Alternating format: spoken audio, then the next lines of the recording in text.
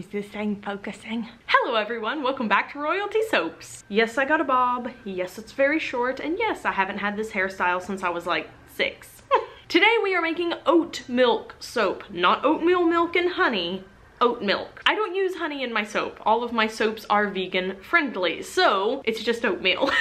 I ground the oats here at Royalty Soaps. And we put that in the soap. We also sprinkled a few on top. We added some organic fair trade calendula. It's a very like, soap. This is the last soap being made for the September release. It will be available to purchase on September 3rd, 8 p.m. Central Standard Time at royaltysoaps.com. And without further ado, let's get soap making. Because this soap is very not complicated, I'm going to do some things differently this time. First thing I'm going to do is add my fragrance oil in. This is my own secret sauce blend that I'm putting in. It's all been pre-measured for the batch size. So I'm going to stick blend this through, but I'm also going to put some additions in. So here I have approximately 3/4 of a cup of organic oatmeal that I have ground myself. There are some little pieces, as you can see as I pour in there, that didn't get fully ground, but I like it that way.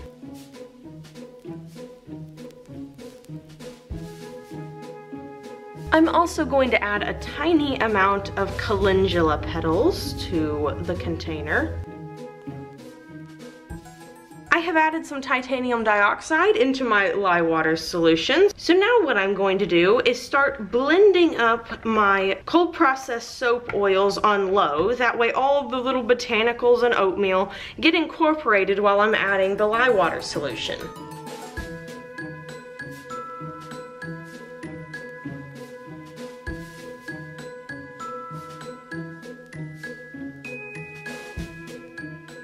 Alright, so let's pour this container into our two 17-bar Brambleberry molds. This is going to be one of the easiest pours I've done in a long time, with it all being one color. But for this soap, I thought that the botanicals should really speak for themselves. I also think it kind of adds to the calming sensation to have it all be one color with just flecks of gold and brown on the inside. I'm gonna scrapey my big container. Now that the soap has been scraped into the molds, it is time to let them sit off to the side while I mix up the soap frosting.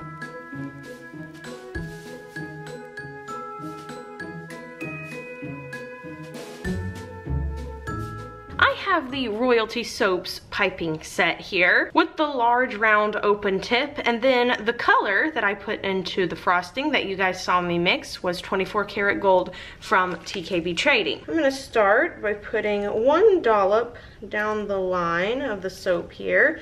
We're not going to have any traditional glycerin soap embeds on the top, so I don't really have to worry so much about the placement of the piping. Alright, I'm gonna put the first layer on here on this side. It is so early, you guys. I had so much to talk about yesterday, and then this batch got delayed, so now I'm having to do it early in the morning, like 6:30-ish. And my brain is just fried. I'm not coming up with anything to say, and I can't remember any of the stuff that I wanted to say yesterday. We're gonna talk about oatmeal now.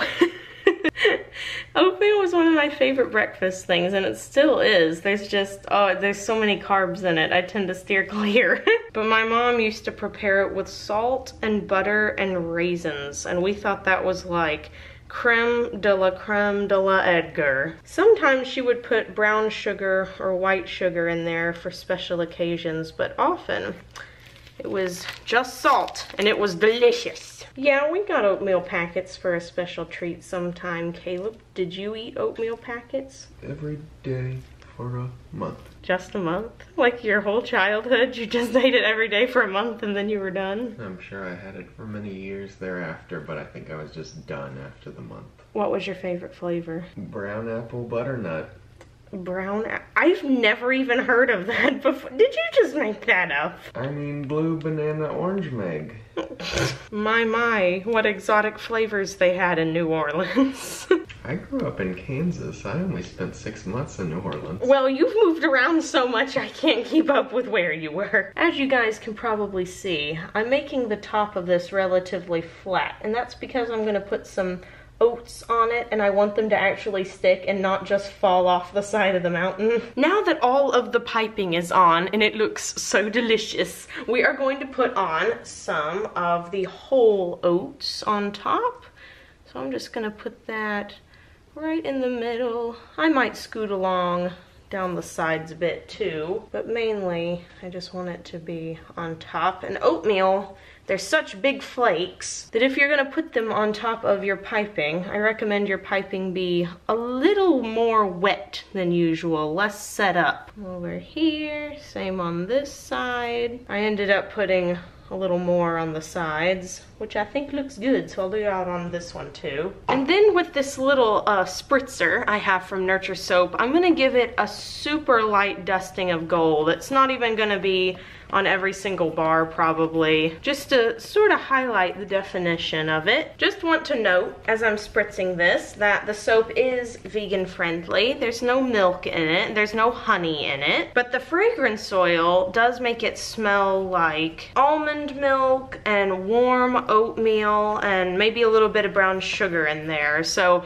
when I say oat milk, I meant like traditional like milk made from oats, not oats and cow milk. And finally, I have a little bit of melt and pour soap that has been mixed up here and melted down, and I'm gonna drizzle that on the top. Oh yeah. This looks so good. It does look like almond milk because cow milk is like really opaque and almond milk is a little more see-through. And also the way I've piped the top sort of makes these little caverns where the melt and pour can sit and pool. Yeah, this is like a breakfast soap.